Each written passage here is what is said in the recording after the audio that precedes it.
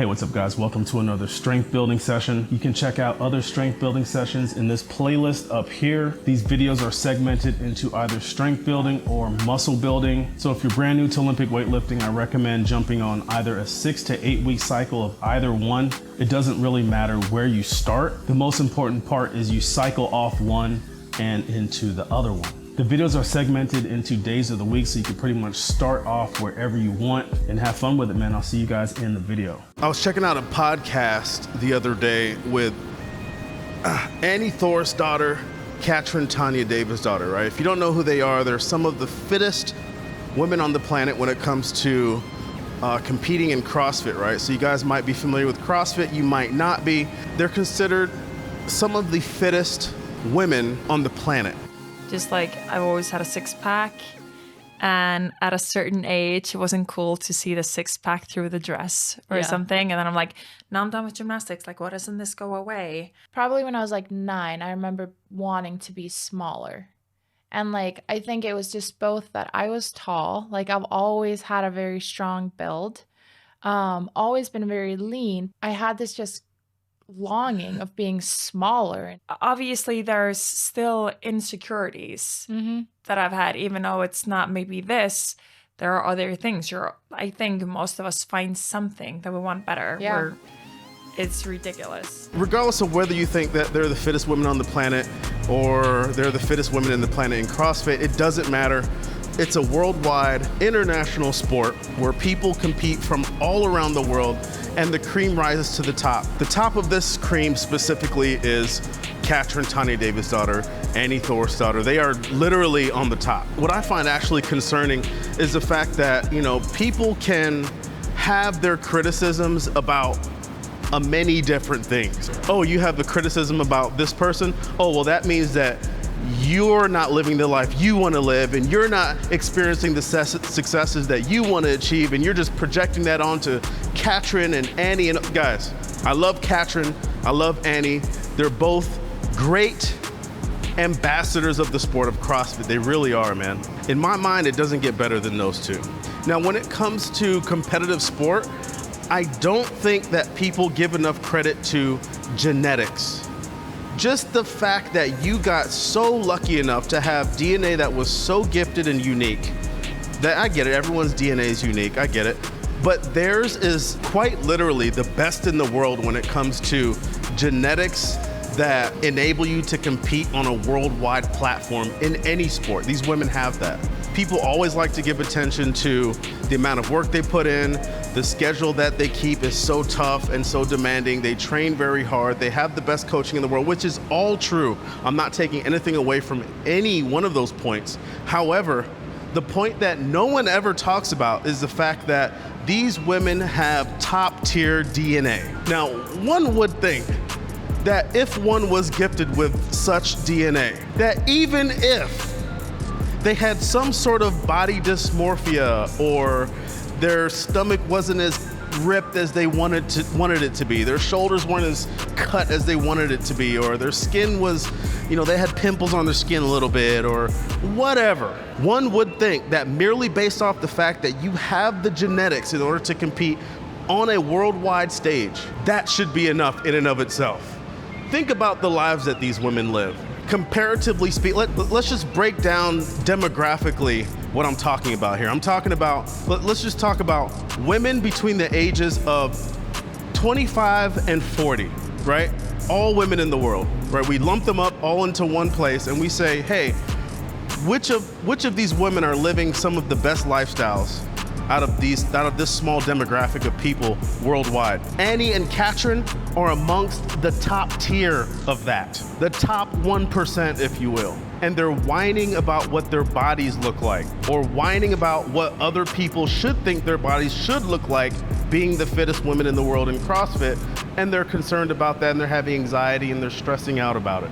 I find it particularly odd that you rarely run across the women who you would think should have body image issues don't. At least at minimum, you're not going to run across the podcast with them speaking to a worldwide audience about them stressing out about it or having a high level of anxiety about it. I mean, I'm sure we all know a plus-size black woman. Do you ever hear them talking about being concerned about being plus-sized? I think there's a good chance you'd hear something along the lines of, if you don't like what you're looking at, you need to stop looking. Or, my man loves what I got, he ain't got a problem with it. How about these women that we're looking at on the screen right now? Do any of them have any podcasts complaining about how muscular and strong they are and how they wish they were smaller? It'd be extremely naive to think that none of them have any of these issues. However, my point to this discussion is they're not voicing out about it on a worldwide platform. Therein, in my opinion, lies the inconsiderate, unappreciative mindset and not being particularly mindful about how there are millions of people who would love to be in their shoes.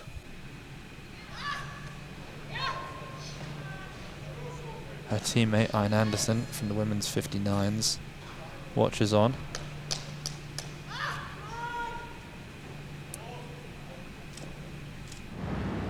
How are you gonna have everything, right? You already have the best genes in the world, and you wanna look the best too? Which, by the way, you already look better than everyone else to begin with. We're talking about Annie Thorisdottir having a baby and then months later competing in the CrossFit Games with an 8-pack bulging out. This stuff cannot go unchallenged.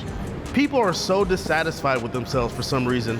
No matter what success level they attain, they could be the best in the world at something, and they should literally be the happiest people on the planet, but they talk about the most trivial things like, oh I don't look like I'm the fittest in the world, so I don't think I should be. There are people who would probably do some very unsavory things in order to compete amongst the best in the sport of CrossFit. And we have Annie and Katrin complaining about how their bodies don't look as perfect as they would like them to look. I keep drumming boys in the summer, boy. I keep making noise. I've been paranoid. This is God. Today was a great workout. We started out with a complex. We started out with some power cleans, and then was literally just catching it, lowering it down to below the knees, and then immediately going up into squat clean, bro. I got no complaints. I'm feeling better than I was yesterday. Yesterday, I felt literally under the mats, bro. That's the way I was feeling in this Joker yesterday. But I'm definitely grateful that I'm able to even be able to lift these weights that I'm lifting, to look the way that I look at, age 41. I'm about to be 42 here in about 2 months. I'll be 42. I can be mindful that there are millions of other 42-year-old men, quite possibly billions, that wish they could clean and jerk 100 kilos for reps. There's potentially millions and billions of men out there that are my age that wish that they had my physique or whatever, right? And I'm not here telling you guys that I have the best physique. What I'm saying is I'm appreciative of the fact that I do have the physique that I have at my age. I'm just grateful for that. And I just think that more people need to be grateful, not satisfied, but just grateful at what they can accomplish physically. I think we all just need to be a little bit more grateful for what we can do. So I talked about the clean and jerk 225. Obviously, I worked my way up to that. I believe I started off at 135, bumped up to 185, and I think I just got pretty much tired of taking out plates at that point in time, and I just literally just stuck on the 225 and was just like, I'm gonna stick with this. And I believe I did that for about 6 reps. I struggled with a few of them. Like I said, I'm still feeling a little weak from just this past week's training, but I am feeling better. Clean and jerk towards the end. I think what I was telling myself towards the end, just as like for those past 2 reps, I believe it was stand tall, fully extend my hips as much as I can, or jump open, or just fully extend my knees, because I was coming back looking at the footage and I just noticed my knees weren't fully opening, my hips weren't fully opening at the top. And so I think for those last 2 reps, or I know specifically for that last rep, I did feel my hips open, I did feel my knees fully lock out. I hope that I could continue that, because I do have issues fully opening at the top, or standing tall, as they would say. But yeah, man, I mean, to wrap it up, as far as the little rant this morning, man, I just feel, like I said, I just feel that a lot more of us who are in the fitness community need to just be mindful of the billions of people out there who do not have your genes and wish they did. Like I said, I don't think the fitness community puts a lot of attention on the fact that genetics and DNA play a major role in how far you can make it in a sport, in a competitive sport, or just in general. Some people have the genes to compete at a worldwide level, at a national level, or whatever, and some just don't.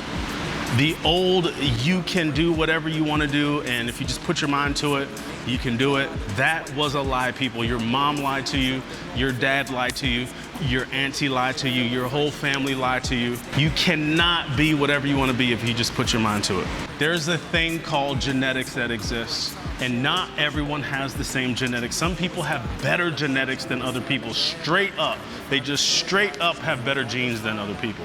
You're not gonna hear world-class athletes admit to that, but it's the truth. World-class athletes have better genes than everyone else. You can give it to me, you can take it away, but the fact still remains that that is an objective truth. To compete internationally at any sport and then complain about what your body looks like, or you're dissatisfied with how your body looks. I'm not saying you can't complain about anything like to your inner circle, but to get on a podcast and just openly complain to millions and billions of people about how I'm not happy how my body was looking and all this stuff, that is literally just not being mindful to all the billions of people out there who just wish and dream that they were just given an ounce of your gift from the gods and goddesses of wherever, whatever it is you believe in. People wish that they just had one drop of that, and you have a body full of it. Imagine you're a female. Imagine you are a woman who just gave birth to a child,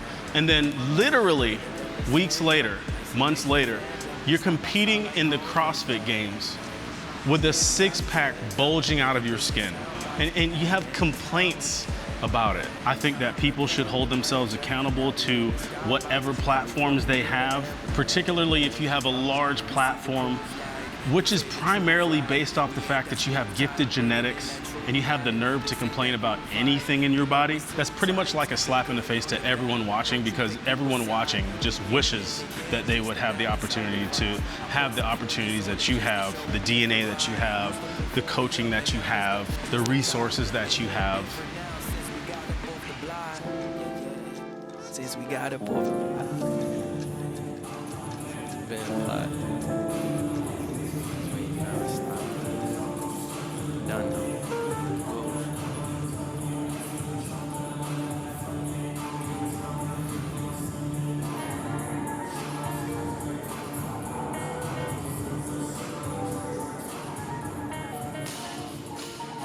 No one is saying that if you are a world-class athlete, that you should literally have zero complaints. You're still a human being. You still have to deal with the emotional side, the social side of life. And just to bring this thing around back full circle, if you are in fact lucky enough to have the DNA in order to compete on a worldwide stage in any sport, be grateful, be more mindful of the billions of people that are watching you that just wish they can have a drop of your DNA.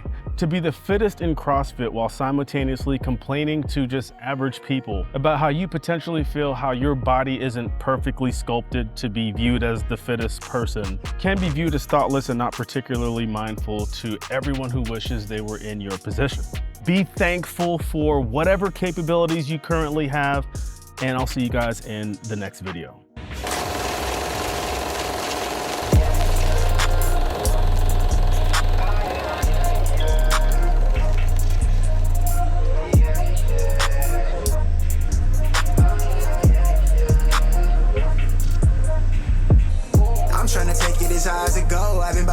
You know how I be. I am a product of putting my curses to rest on my family tree. Can see growth. They tell me they free, but they work for the man. I can't relate, I did it on my own. Look how we grow out the concrete, 2 rows stuck by that code.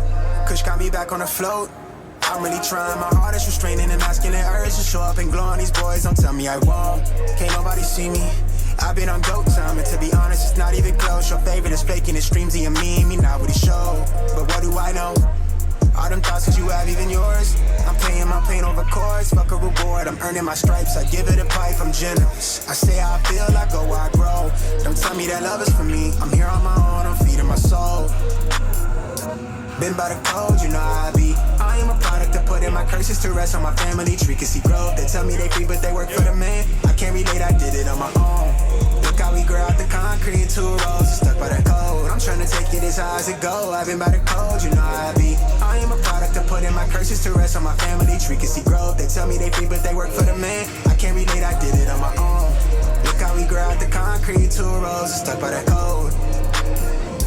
Been by the code, you know how I be.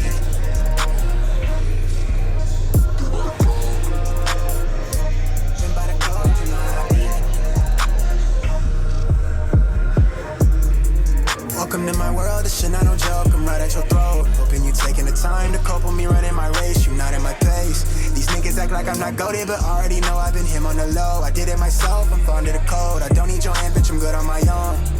I'm painting my pain, all them thoughts even yours. I give it a pipe, she told me I'm generous, moving real diligent. Blue bands on me, earning my stripes, I say how I feel, I go where I grow. I back up a fortune, it's all for the sport, I'm feeding my soul. Been by the code, you know how I be. I am a product of putting my curses to rest on my family tree. Can see growth, they tell me they free, but they work for the man. I can't relate, I did it on my own. Look how we grow out the concrete, 2 rows, stuck by the code. I'm trying to take it as high as it go. I've been by the code, you know how I be. I am a product of putting my curses to rest on my family tree. Can see growth, they tell me they free, but they work for the man. I can't relate, I did it on my own. Look how we grow out the concrete, 2 rows, don't get too close. Been by the code, you know how I be. Grew out the mud pit, 2 rows, don't get too close. Been by the code,